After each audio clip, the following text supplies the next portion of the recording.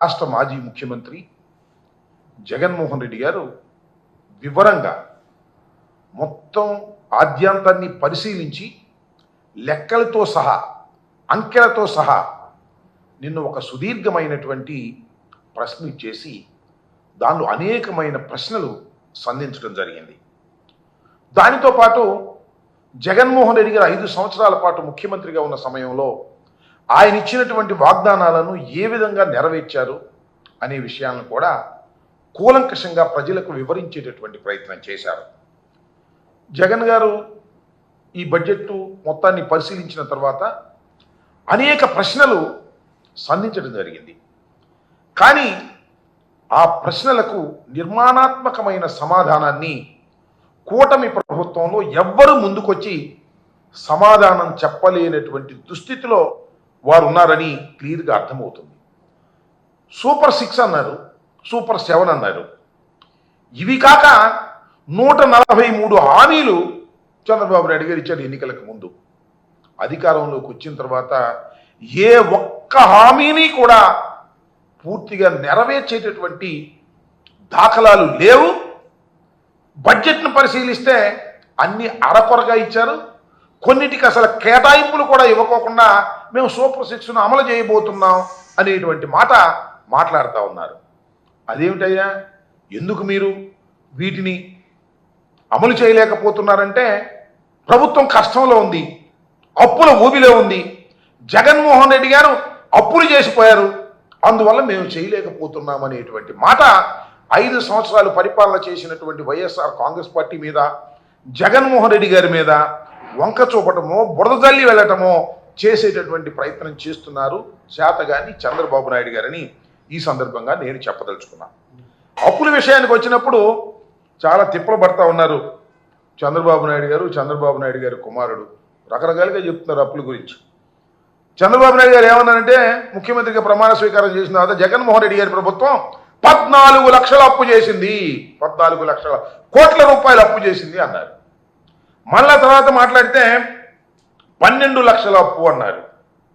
తర్వాత గత సంవత్సరం 10 లక్షల కోట్లు అని గవర్నర్ చేత చెప్పించారు.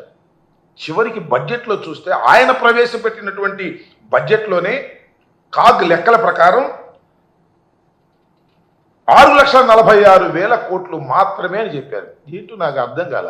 ముందు 14 లక్షలు అన్నారు, చివరికి చూస్తేనేమో కేవలం 6,46,000 కోట్ల రూపాయలు మాత్రమే అప్పు చేసినట్టుగా చెప్పేటటువంటి ప్రయత్నం చేశారు.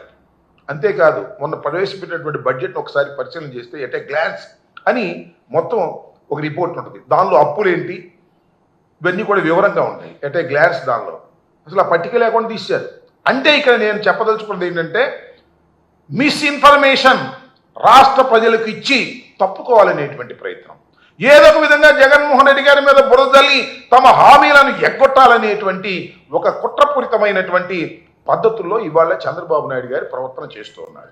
నేను నిన్న జగన్మోహన్ రెడ్డి గారు వివరంగా చెప్పినటువంటి వాటిలో కొన్నిటిని ఇక్కడ నేను ఉదాహరణ చేస్తాను. ఆడబిడ్డ నిధి అని 1,500 రూపాయలు ఇస్తామన్నారు. అందరికీ గుర్తుండే ఉంటుంది. ప్రతి ఆడపిల్లకి 15,000 రూపాయలు, సంవత్సరానికి 18,000 రూపాయలు ముట్ట చెబుతున్నారు. ఏమైందో ఇంతవరకు అర్థం కాదు. గత ఏడాది ఇవ్వలేదు, ఏడాది బడ్జెట్లో కేటాయింపే లేదు. దీని ప్రకారం లెక్కేస్తే ప్రతి ఆడబిడ్డకి 36,000 బాకీ పడ్డాడు చంద్రబాబు నాయుడు గారు. Is it not cheating? ఇది 420 కాదని అడుగుతా ఉన్నా. 36,000 ప్రతి అర్హత కలిగినటువంటి బాలికకు 36,000 రూపాయలు ఇవాళ రాష్ట్రంలో అప్పు పడినటువంటి వ్యక్తి నారా చంద్రబాబు నాయుడు గారు ఎగ్గొట్టేటువంటి ప్రయత్నం చేస్తున్నాడు. This is also cheating. ఈ చీటింగ్ అని అడిగితే దానికి మాత్రం సమాధానం చెప్పరు. అంతేకాదు నిరుద్యోగ భృతి 3,000 ఇస్తా ఉన్నారు. ఏడాదికి ఎంత ఇవ్వాలి? ఒక్కొక్కరికి 36,000 రూపాయలు ఇవ్వాలి. గత ఏడాది ఇవ్వలేదు. ఈ ఏడాది కూడా కేటాయింపులు బడ్జెట్లో లేనే లేవు. అంటే ఈ ఏడాది కూడా ఎగ్గొట్టేటటువంటి కార్యక్రమాన్ని తీసుకున్నారు. అంటే ఒక్కొక్క నిరుద్యోగికి 52,000 బాకీ పడ్డాడు. ఇది మోసం కాదని అడుగుతా ఉన్నా. ఏమండి చంద్రబాబు నాయుడు గారు, ఏమండి కూటమిలో ఉన్నటువంటి ముఖ్యులు నారా లోకేష్ గారు, మంత్రి గారు, నేను అడుగుతా ఉన్నా, దిస్ ఈజ్ నాట్ చీటింగ్ అని అడుగుతా ఉన్నా. ఇలా మీరు మోసం చేసేటటువంటి కార్యక్రమం చేస్తున్నారు. ఇక తల్లికి వందనం గురించి చెప్పాల్సిన అవసరమే లేదు. తల్లికి వందనం నీడు బడ్జెట్లో కేటాయించారు, 500 కోట్లు ఎంతో కేటాయించారు. ప్రతి పిల్లవాడికి, తల్లికి కాదు ప్రతి పిల్లవాడికి జగన్మోహన్ రెడ్డి గారు అయితే 2 పిల్లలున్నా 3 పిల్లలున్నా తల్లికి 15,000 రూపాయలు ఇచ్చారు. మేము రానిండి అధికారంలోకి, ఎంతమంది పిల్లలుంటే అంతమందికి అన్ని 15,000. ఒక 15,000, 2 ఉంటే 30,000, 4 ఉంటే 45, 3 ఉంటే 45,000, ఇంకా ఉంటే ఇంకా అవసరమైతే పిల్లల్ని కనండి నేను ఇస్తానని చంద్రబాబు నాయుడు గారు చెప్పారు. ఈ దుంపది అదే నాకు అర్థం కాల. మరి వచ్చి సంవత్సరం అవుతుంది, జీవో ఇచ్చాడు, కేటాయించాడు, కానీ డబ్బులు ఇవ్వాలి. చీటింగ్ కాదని అంటున్నా. ఇవాళ మళ్ళా చంద్రబాబు నాయుడు గారు ఇవాళ బడ్జెట్లో పెట్టాడు. ఎంత పెట్టాడండి?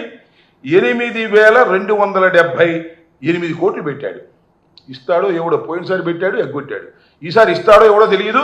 8,278 కోట్లు పెట్టాడు. అసలు కావాల్సింది ఎంత లెక్క చూస్తే? లెక్కలన్నీ కూడా ప్రభుత్వం దగ్గర ఉన్నాయి, ప్రజలకందరికీ తెలుసు. 13,050 కోట్ల రూపాయలు ఇవ్వవలసినటువంటి అమ్మఒడికి, అదే వందనం, తల్లికి వందనం, వాళ్ళ పేరులో తల్లికి వందనానికి 8,278 కోట్లు పెట్టాడు. అవి కూడా ఇస్తాడో ఇవ్వడో తెలియదు. గత సంవత్సరం ఒక్కొక్కరికి పిల్లకి 15,000 రూపాయలు బాకీ పడ్డాడు. దీన్ని ఏమంటారు? మోసం అంటారా? గత సంవత్సరం మోసం చేశారు, ఈ సంవత్సరం కూడా మోసం చేయడానికి సిద్ధంగా ఉన్నారు. బడ్జెట్లో పెట్టారు కేటాయింపు, ఇస్తారో ఇవ్వరో తెలియదు. ఈ రకంగా మోసం చేసేటటువంటి పరిస్థితి. ఇంకా రైతుల సంగతికి వస్తే నేను మనవి చేస్తున్నా, అన్నదాత సుఖీ భవ పేరు పెట్టాడు. రైతు భరోసా తీసేసి 20,000 ఇస్తామన్నారు. ఏది? ఇంతవరకు లేదు. కేవలం సెంట్రల్ గవర్నమెంట్ ఇచ్చేటటువంటి అది ఇస్తున్నారు, కానీ చంద్రబాబు నాయుడు గారు ఇవ్వవలసినటువంటి 20,000 మాత్రం ఇవ్వనటువంటి దౌర్భాగ్యమైన పరిస్థితి ఏర్పడింది. ఇది కూడా మోసమా కాదా చెప్పమని మనం చేస్తున్నాం. అలాగే ఎస్సీ ఎస్టీ మైనారిటీలకు 50 ఏళ్ళు నిండితే పెన్షన్ ఇస్తామని చెప్పారు.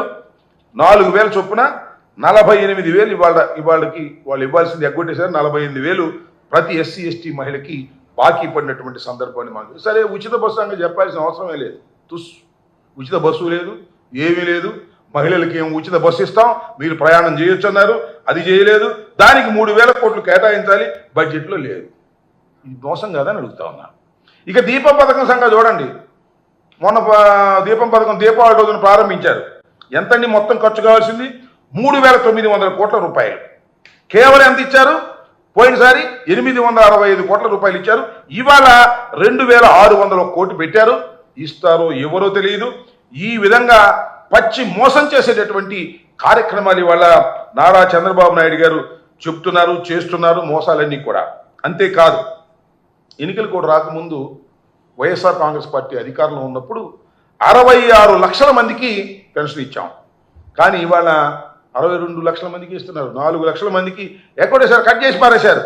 ఈ విధంగా 4 లక్షల మందిని మోసం చేసేటటువంటి కార్యక్రమాన్ని నారా చంద్రబాబు నాయుడు గారి ప్రభుత్వం చేస్తుందని ఈ సందర్భంగా నేను మనవి చేస్తున్నా. అప్పుల విషయంలోనూ, ఈ విషయంలోనూ, అన్ని విషయాల్లోనూ ఈ విధంగా మోసం చేసేటటువంటి కార్యక్రమం చేస్తున్నారు. ఉద్యోగ కల్పన మన గవర్నర్ గారు చెప్పాడు, 4 లక్షల ఉద్యోగాలు మేము సృష్టించామన్నారు.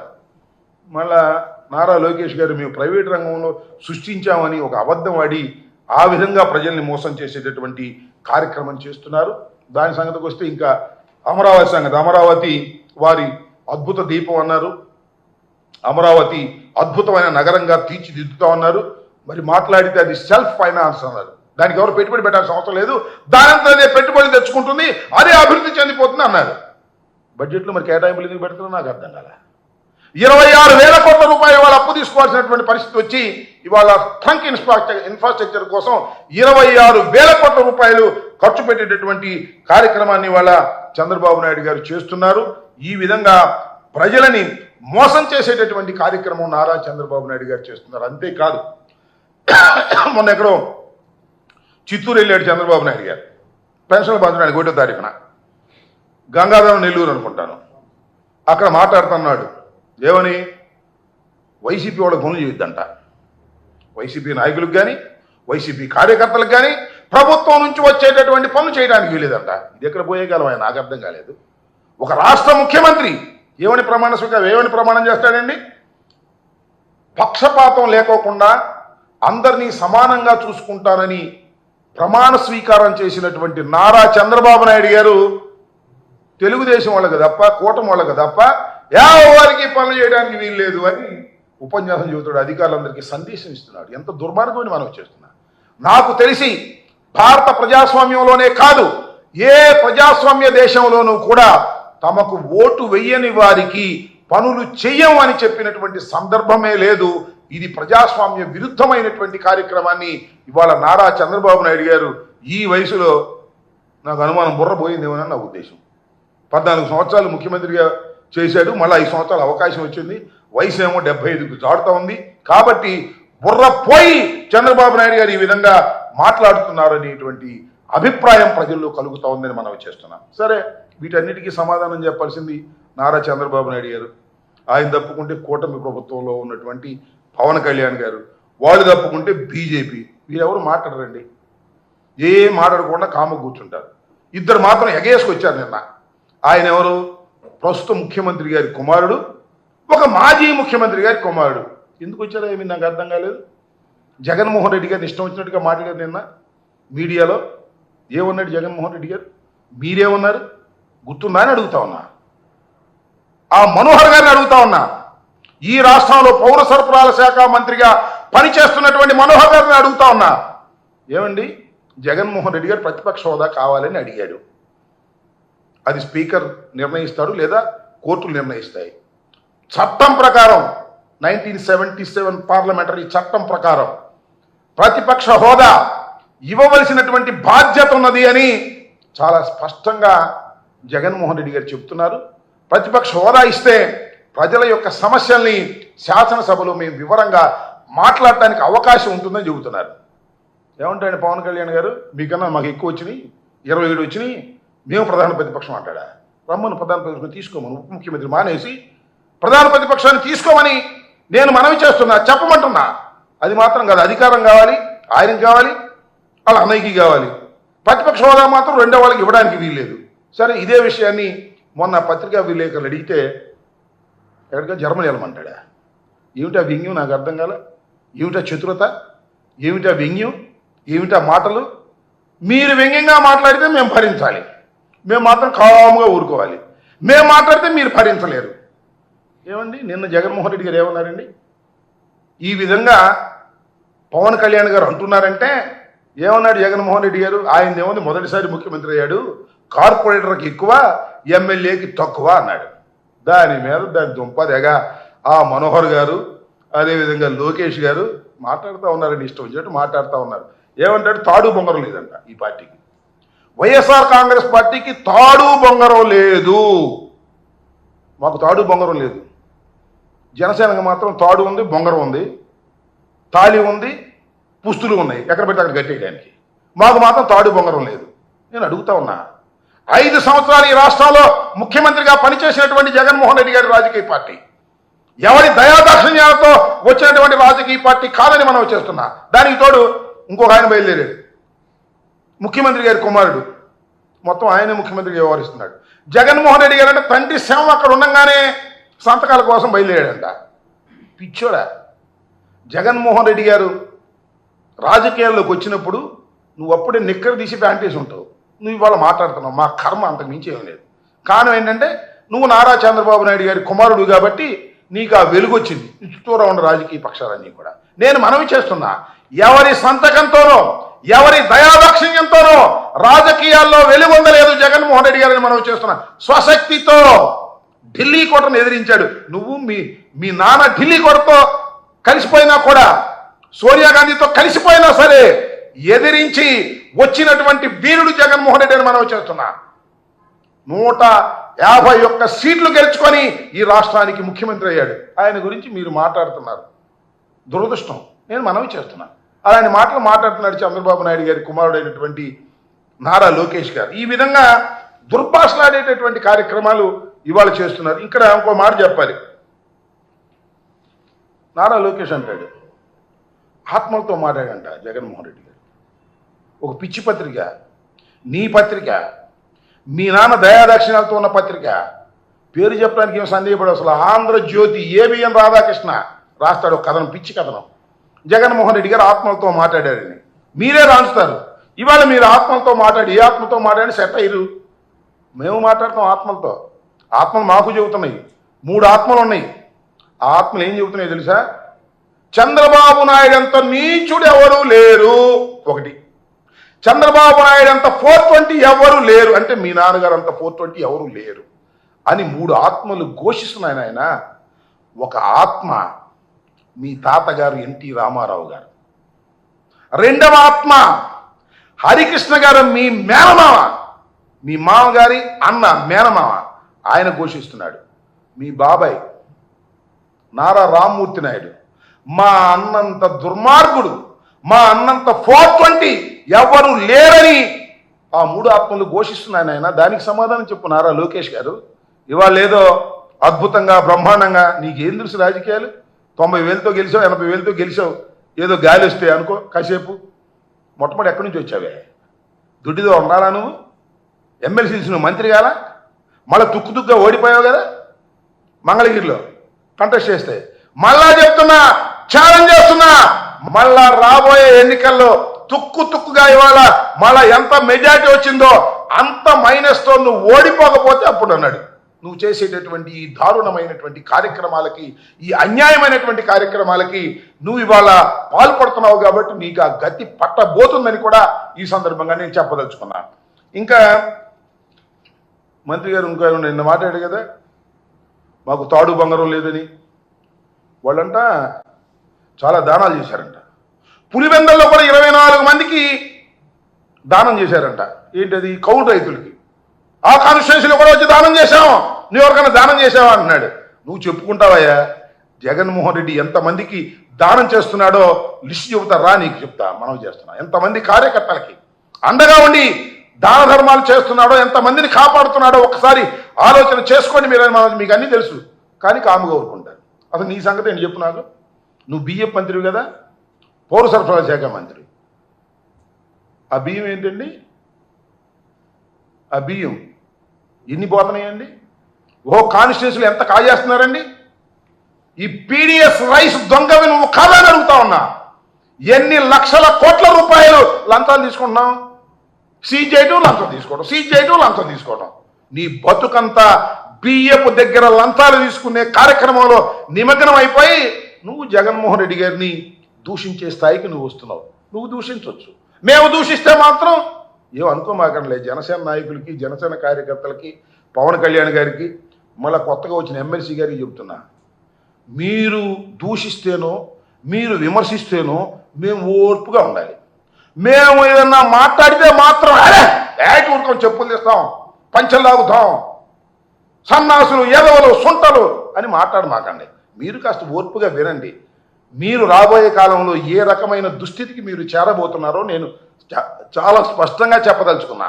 అయ్యా లోకేష్ గారు, అయ్యా పవన్ కళ్యాణ్ గారు, ఇచ్చిన వాగ్దానాలు నిలబెట్టుకోలేని దౌర్భాగ్యమైన పరిస్థితుల్లో ఉండి ఇవాళ జగన్మోహన్ రెడ్డి గారి మీద బురద జల్లే కార్యక్రమం.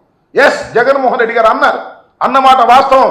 ఇంకోటి ఎవరు చెప్తున్నా, పవన్ కళ్యాణ్ గారికి, నారా చంద్రబాబు నాయుడు గారికి, లోకేష్ గారికి, అదేవిధంగా మనోహర్ గారికి చెప్తున్నా, ఓటమి ఎరుగని ధీరుడు మా రాజశేఖర రెడ్డి గారి కుమారుడు జగన్మోహన్ రెడ్డి అని మనం చేస్తున్నా. 3 సార్లు పార్లమెంటు సభ్యుడిగా 3 సార్లు శాసనసభ్యుడిగా గెలుపొందాడు. 2 సార్లు పార్లమెంటు సభ్యుడిగా గెలుపొందినటువంటి వ్యక్తి జగన్మోహన్ రెడ్డి గారు. అంత ప్రజాబలం కలిగినటువంటి జగన్మోహన్ రెడ్డి గారు, మేము 100% స్ట్రైక్ రేట్ అంటాడు ఒక ఆయన. అవునా, మీరు 100% స్ట్రైక్ రేటే. మా ఊర్లో ఒక ఆయన ఉన్నాడు, ఏమండి ఎంత పొలం ఉందని అడిగాం. 351 ఎకరం ఉందండి అన్నాడు. ఏమయ్యా నీకు 350 ఎకరం ఎక్కడ ఉంది? నాకును చల్లపల్లి జమీందారు గారికి కలిపి 351 ఎకరం ఉందన్నాడు. ఏమయ్యా నీకెంత ఉందో చెప్పండి. నాకు 1 ఎకరం అండి, కడమ మొత్తం మా చల్లపల్లి జమీందారు గారిది 2 పక్క ఉంటాయి, అందుకని 351 ఎకరం అని చెబుతారండి అన్నాయంట. అట్లాగే నీకు స్ట్రైక్ రేట్ ఎక్కడుందయ్యా? నువ్వు చంద్రబాబు మోడీ కలిసి వస్తే నీకు స్ట్రైక్ రేటు రా, సింగిల్ కదా. నీ పర్సంటేజ్ ఏంటో తెలిపోద్ది, నీ కెపాసిటీ ఏంటో తెలిపోద్ది. 2 చోట్ల నిలబడ్డావు, తుక్కుగా ఓడిపోయావు సింగిల్గా. అంతకుముందు మీ అన్న 18 సీట్లు వచ్చినాయి. మీరు జగన్మోహన్ రెడ్డి గారి గురించి మాట్లాడేటటువంటి ధైర్యం మీరు చేస్తున్నారు. మా దురదృష్టం. ఈ ప్రజాస్వామ్య దేశంలో మీకు అవకాశం వచ్చింది, నలుగురు కలిసి వచ్చారు, మా మీదకి వచ్చారు, సింగిల్గా మేము వచ్చాము, మీ కూటమి గెలిచింది. 3 నాళ్ల ముచ్చట. కూటమి అనేకమైన వాగ్దానాలు చేసి ఏ వాగ్దానాన్ని నిలబెట్టుకోలేని దౌర్భాగ్య పరిస్థితికి నెట్టబడుతుంది. సంవత్సరం కూడా కాదు, 9 మాసాలకి ఇంత వ్యతిరేకత తెచ్చుకున్నటువంటి ప్రభుత్వాలు ఈ రాష్ట్రంలో లేవు, ఈ దేశంలో లేవు. అసలు 9 మాసాలకి ఇలా అయితే 2 సంవత్సరాలు ఆగండి అయ్యా.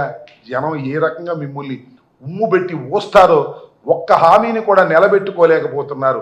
పరిపూర్ణంగా కేటాయిస్తారు, ఎగ్గొడతారు, కేటాయిస్తారు, ఎగ్గొడతారు. మీరు వచ్చి ఇవాళ ఈ రకమైనటువంటి మాటలు లోకేష్ గారు, పవన్ కళ్యాణ్ గారు, సరే పవన్ కళ్యాణ్ గారు ఏం మాట్లాడలేదు అనుకోండి, పవన్ కళ్యాణ్ గారి తరఫున మాట్లాడినటువంటి వ్యక్తి మన బియ్యపు దొంగ, ఆ లంచాల కోరు అయినటువంటి నాదెళ్ల మనోహర్ గారు ఇష్టం వచ్చినట్టుగా మాట్లాడుతాను. నాకు జాలేసింది ఆయన మాత్రం ఏ మాట కామాట.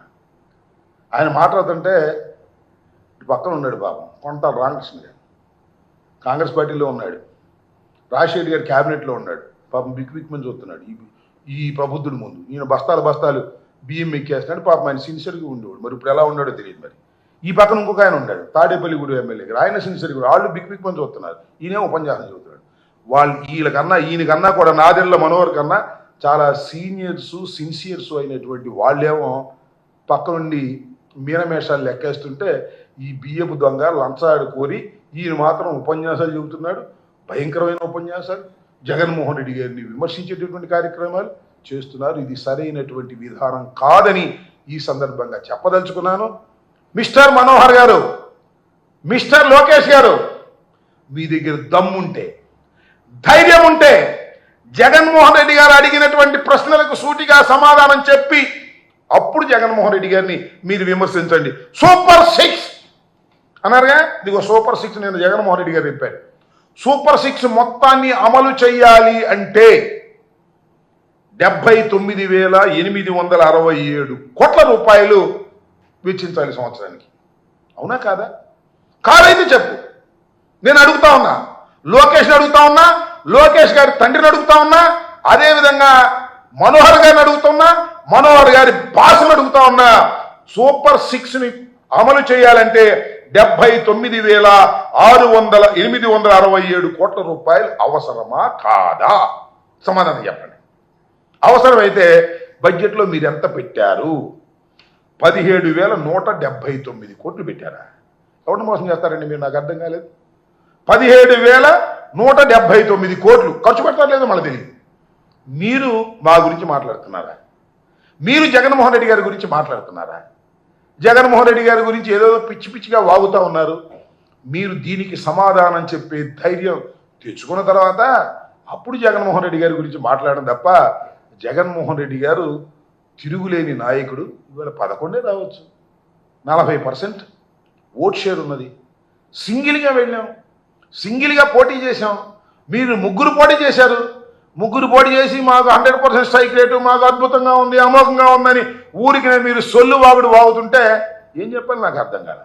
ఇలాంటి దుర్మార్గమైనటువంటి కార్యక్రమాలు ఇవాళ మీరు చేస్తున్నారు. అనే ముందు 10 సార్లు ఆలోచించుకోండి. పవన్ కళ్యాణ్ గారు అయితే జగన్మోహన్ రెడ్డి గారిని జర్మనీ వెళ్ళమని అడగొచ్చు, రాజకీయాలు వదిలిపెట్టి, ఇక్కడ రాజకీయాలు వదిలిపెట్టి. మేము మాత్రం కార్పొరేటర్కి తక్కువ, ఎక్కువ, ఎమ్మెల్యేకి తక్కువ అని 2 చోట్ల నిలబడి ఓడిపోయి గతి లేక 3-4 పార్టీలతో కలిసి 15 సంవత్సరాల తర్వాత శాసనసభకు వచ్చినటువంటి పవన్ కళ్యాణ్ గారిని ఏమన్నా అంటే మాత్రం ఒప్పుకోరండి. ఇది మీరు ఒక్కసారి ఆలోచించుకోండి. మమ్మల్ని అనే ముందు మీరు కూడా దానికి సిద్ధంగా ఉండండి. మిమ్మల్ని అనగానే ఊరికి రెచ్చిపోయి అది కూడా తెస్తాం, ఇది కూడా తెస్తాం అని పిచ్చి వాగుడు వాగొద్దని కూడా ఈ సందర్భంగా నేను చెప్పదలుచుకున్నాను.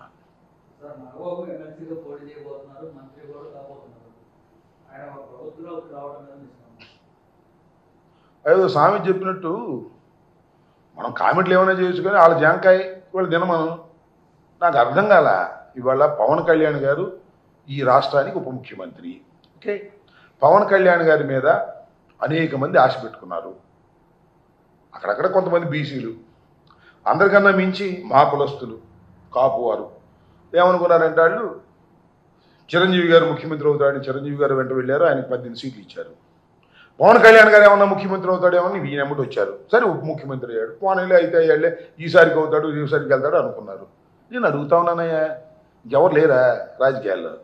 నిన్ను నమ్ముకుని ఎంతమంది కాపులే, నిన్ను నమ్ముకుని ఎంతమంది బీసీలే? ఆ పక్కనే కొంటాం రామకృష్ణ గారు ఉన్నాడు కదా, ఈ పక్కనేమో ఆయన తాడేపల్లిగూడెం బొలిశెట్టి శ్రీనివాస్ గారు ఉన్నారు కదా, వాళ్ళందరూ పోయి తమ అన్న కావాల్సి వచ్చింది. ఏది నాకు అర్థం కాల. అంటే మీరు గమనించవలసింది ఏమిటంటే, నారా చంద్రబాబు నాయుడు గారు ఎలాగో పవన్ కళ్యాణ్ గారు కూడా అలాగే బంధుప్రీతికి అతీతం కాదు. చదువీరా అని విప్లవ శోకాలు చెప్పినటువంటి పవన్ కళ్యాణ్ గారు స్వార్థపూరితమైన రాజకీయాలు చేస్తున్నారు. తాను నమ్ముకున్నటువంటి కాపుల్ని కానీ బీసీలు కానీ పక్కన పెట్టి తన అన్నగారైనటువంటి పవన్ కళ్యాణ్ గారి అన్నగారైనటువంటి నాగేంద్రబాబు గారిని మంత్రివర్గంలోకి తెచ్చుకుంటున్నారు. ఇంతకన్నా స్వార్థం ఏం కావాలి చెప్పండి? ఇంతకన్నా ప్రజాసేవ ఏం కావాలి? చాలా గొప్ప ప్రజాసేవ కదా. అంతకన్నా నేను ఏం కామెంట్ చేయని చెప్పండి? మంచిదే. బాబు కొడుకులు అన్నాదమ్ములు ఆంధ్ర రాష్ట్రం, బాబు కొడుకులు అన్నాదమ్ముల ఆంధ్ర రాష్ట్రం. ఇక చూస్తాం కదా బ్రహ్మాండంగా. ఇంకా 4 సంవత్సరాలు ఉంది రాజకీయం. ఈ 4 సంవత్సరాలు చూద్దాం ఎంత రచ్చరచ్చ చేస్తారో. ఈ రాష్ట్రాన్ని హామీలు ఎగ్గొడతారు, హామీలు ఏం చెయ్యరు. బంధుప్రీతి, డబ్బులు సంపాదన, రెండో పనే లేదు. అక్కడ లోకేష్ డబ్బులు లెక్కేసుకోవటం, ఇక్కడేమో మన నాదెళ్ల మనోహర్ డబ్బులు లెక్కేసుకోవటం. ఇది తప్ప రెండే పనే లేదు. వాళ్ళ బంధువులు వీళ్ళ బంధువులు తీసుకుని రాజకీయాల్ని రచ్చ చేసే కార్యక్రమం చేస్తున్నటువంటి దుర్మార్గమైన రాజకీయాల్ని ఆంధ్ర రాష్ట్ర ప్రజలు ఇంకా 4 సంవత్సరాలు భరించవలసినటువంటి అనివార్యమైన పరిస్థితి ఉందని నేను భావిస్తున్నాను. సారీ, ఏదన్నా జమినీ ఎన్నికలు వస్తే నేను చెప్పలేను.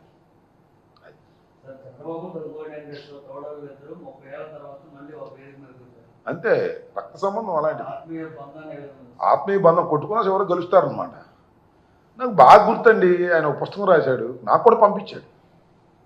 దగ్గుబాటి వెంకటేశ్వరరావు గారు పనిమాన నాకు పంపించాడు.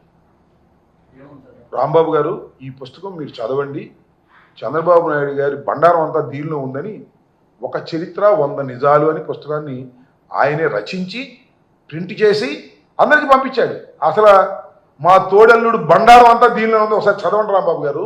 నాకు ఫోన్ చేసి చెప్పాడు, చదవండి రాంబాబు గారు, దీనిలో ఏ విధంగా మా తోడల్లుడు దుర్మార్గాలు చేశాడో మీరు అప్పుడప్పుడు మాట్లాడుతుంటారు కదా ప్రశ్న. ఇప్పుడు ఇది పంపించింది కూడా 10 సంవత్సరాల క్రితం. సో దీన్ని బట్టి అర్థమవుతుంది ఏంటి, బంధుప్రీతి అనేది ఎవరిని ఆపదు, ఏదో సందర్భంలో కలిపేస్తుందని అర్థమవుతుంది దీన్ని బట్టి. ఇంకా వరుసగా వైసీపీకి సంబంధించి ఇంపార్టెంట్ లీడర్స్ అందరినీ టార్గెట్ చేసి ఏదో కేసు ప్రయత్నిస్తున్నారు. నిన్న మాజీ మంత్రి రోజా గారు కూడా ఇప్పుడు చంద్రబాబు నాయుడు గారి ప్రభుత్వం వైఎస్ఆర్ కాంగ్రెస్ పార్టీ కేవలం 11 సీట్లు మాత్రమే తెచ్చుకుంది, ఈ పార్టీ మనుగడ లేదు అని అనుకోవడంలా వారికి తెలిసినటువంటి సత్యం ఏమిటంటే, ఈ కూటమి ప్రభుత్వానికి 40% ఓట్ షేర్ తెచ్చుకున్నటువంటి వైఎస్ఆర్ కాంగ్రెస్ పార్టీ చాలా బలంగా ఉంది, శాసనసభలో బలహీనంగా ఉన్నప్పటికీ కూడా. కాబట్టి ఎలాగే మెప్పించాలి జనాన్ని? ఇచ్చినటువంటి వాగ్దానాలు నెరవేర్చడం ద్వారా మళ్ళీ ఎన్నికలకు వెళ్ళాలి. లేదంటే ఈ ప్రభుత్వం ఈ పార్టీని భయపెట్టాలి. భయపెట్టాలనే క్రమంలోనే అందరి మీద కేసులు పెడుతున్నారు. సమయం దొరికినప్పుడు అరెస్ట్ చేస్తున్నారు. అరెస్ట్ చేయడంలో చిత్రమైన విషయం ఏంటంటే, ఒకే ఇష్యూ మీద 10 చోట్ల కేసు పెడతారు. ఇక్కడి నుంచి అక్కడికి, అక్కడి నుంచి ఇక్కడికి, ఇక్కడి నుంచి అక్కడికి నెలల తరబడి తిప్పుతారు. పీటీ వారెంట్లు వేస్తారు, భయపెట్టేస్తారు. లీగల్ ఎయిడ్ కోసం మేము కూడా తీవ్రమైన ప్రయత్నం చేస్తున్నాం.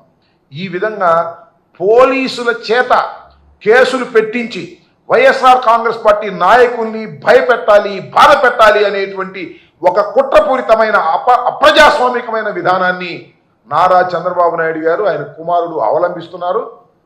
మూల్యం చెల్లించక తప్పదని కూడా ఈ సందర్భంగా నేను మనవి చేస్తున్నాను.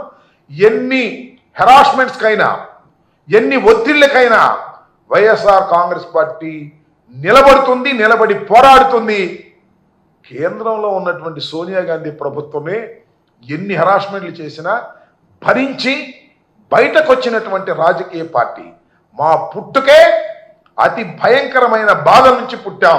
ఒకవైపున డాక్టర్ వైఎస్ రాజశేఖర రెడ్డి గారి మరణం, ఆ చితిమంటలు, మరొక వైపున ఆయన కుమారుడైనటువంటి జగన్మోహన్ రెడ్డి గారిని 16 మాసాలు జైల్లో పెట్టిన మొక్కవాని ధైర్యంతో ముందుకొచ్చినటువంటి రాజకీయ పక్షం తప్ప ఎవరికో వెన్నుపోటు పొడిచి వచ్చినటువంటి రాజకీయ పక్షం కాదు, లేదా ఎవరి దయాదాక్షిణ్యాలతోనో మోచేత నీళ్లతోనో తాగి వచ్చినటువంటి రాజకీయ పక్షం కాదు, లేకపోతే ఎవరితో అయినా కలిసి పోటీ చేసి వచ్చినటువంటి రాజకీయ పక్షం కాదు. రాటుదేరినటువంటి రాజకీయ పక్షం ఎన్ని కష్టాలకైనా నష్టాలకైనా ఓర్చి ముందుకు వెళ్తుందని మీరు రాబోయే కాలంలో తప్పనిసరిగా చూస్తారు. రాబోయే 4 సంవత్సరాల తర్వాత మళ్ళా విజయ ఢంకా మోగించి వైఎస్ఆర్ కాంగ్రెస్ పార్టీ అధికారంలోకి వస్తుంది. ఇప్పటికే అనుకుంటున్నారు ప్రజలు, ఎరక్కిపోయి వేసామురా ఓటు, ఇరుక్కుపోయాము, అన్ని మాటలు నమ్మాము, సూపర్ 6 అన్నాడు, 148 వాగ్దానం అన్నాడు, ఒక్క వాగ్దానం కూడా చేయటం లేదు. జగన్మోహన్ రెడ్డి గారు టెన్షన్గా 1వ తారీఖున ఇంటికి డబ్బులు పంపించేవాడు, మా కర్మ అని లబోదిబోమంటున్నారు. ఫీజు రియంబర్స్మెంట్ లేక స్టూడెంట్స్ అల్లాడిపోతున్నారు, అమ్మఒడి లేక పిల్లలు బాధపడుతున్నారు, తల్లులు బాధపడుతున్నారు.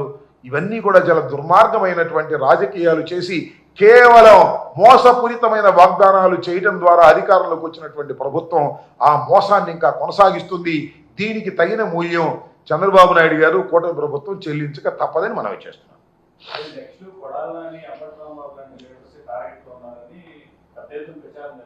మేము వింటున్నాం, మేము రెడీగా ఉన్నాం, మేము ట్రైన్ అవుతున్నాం. కొడాలి నాని గారు, అంబటి రాంబాబు గారు, వాళ్ళు వీళ్ళు చెప్తున్నారు లిస్టు దేనిలో, సోషల్ మీడియాలో. We are face it.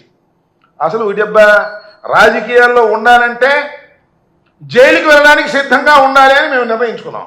We are ready for it. తప్పో రైటో అంతిమంగా ప్రజలు తేలుస్తారు. నేను మనవి చేస్తున్నాను బ్రదర్, ఇవాళ ఇంతమంది మీద కేసులు పెట్టారు కదా, ఒక్కటి రుజువు అయితే చెప్పండి నాకు. 4 సంవత్సరాల తర్వాత 5 సంవత్సరాల తర్వాత నేను ఇవాళ ఛాలెంజ్ చేసి చెప్తున్నా, ఆల్ ఆర్ ఫాల్స్ కేసెస్ పెట్టి మమ్మల్ని ఇప్పుడే భయపెట్టాలనుకుంటున్నారు. ఇలాంటివి చూసే వచ్చామని కూడా మనమే చేస్తున్నా, ఇలాంటివి చవి చూసే వచ్చాం మేమని మనవి చేస్తున్నా. ఎన్ని కేసులు పెట్టినా వీఆర్ రెడీ, సిద్ధంగా ఉన్నాం. కొడాలి నాని మీద పెడతారో, అంబటి రాంబాబు గారి మీద పెడతారో, రోజా గారి మీద పెడతారో, ఎవరి మీద పెట్టుకున్నా ఏం చేయగలుగుతాం? We are facing it. పిల్లిని గదిలో పెట్టి కొడితే ఏమైంది? పులి కదా, చూస్తున్నాం కదా. పోసాని కృష్ణమురళి ఒక సినిమా నటుడు, ఆయన అయ్యా నమస్కారం బాబు, రాజా ఇక రాజకీయాలు వద్దు రాజా, నేను మానుకుంటాను రాజా అంటే వదిలిపెట్టారా? చొక్కా పట్టుకు రాకుండా ఫాల్స్ కేసు పెట్టి మీరు చేదెట్టుకుని చేసేస్తారు కదా. ఆయన రాజా అని ఏదో బూతులు మాట్లాడంటున్నారు. అయ్యా ఇవాళ ఆయన ఎవరండి? మన స్పీకర్ గారు చింతకాయల వంకాయల చింతకాయల అయ్యన్న పాత్రుడు గారు ఏం మాట్లాడండి దుంపదేగా, పచ్చి బూతులే కదండి. జగన్మోహన్ రెడ్డి గారిని, నన్ను, రోజాని ఎన్ని బూతులు ఇచ్చాయండి మహానుభావుడు. ఆయన మాత్రం స్పీకర్, బ్రహ్మాండమైనటువంటి స్పీకర్ అవ్వచ్చు. పోసాని కృష్ణమూర్తి ఏమైనా తిట్టాడు, లోపలేసి 15 ఏళ్ళు తిప్పుతున్నారు. ఏం పోయే కాలం వచ్చింది, ప్రజలు గమనించట్లేదా అని అడుగుతా ఉన్నా. ఎవ్రీథింగ్ ప్రజల బుర్రల్లో ఉంటాయి, గుర్తుపెట్టుకోండి. ఓటేసే రోజున దుర్మార్గంగా వ్యవహరిస్తున్నారు, అన్యాయంగా కేసులు పెడుతున్నారు, అక్రమంగా అరెస్ట్ చేస్తున్నారు, అక్రమంగా కోర్టుల చుట్టూ తిప్పుతున్నారు. దీనికి మూల్యం చెల్లించక తప్పదు.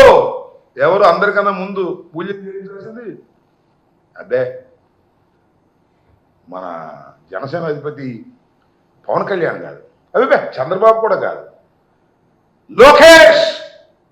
గుర్తుపెట్టుకో, వీళ్ళందరి బాధితులు, వీళ్ళందరి బాధితుల భార్యలు, ఈ అందరి బాధితుల కుటుంబాలు నీకోసమే ఎదురు చూస్తున్నాయి. లోకేష్, ఎర్ర బుక్కు రాశావు కదా, ఆ ఎర్ర బుక్కుకి ప్రతిఫలం నీ జీవితంలో అనుభవించక తప్పదు. గుర్తుపెట్టుకోమని మనం చేస్తున్నా.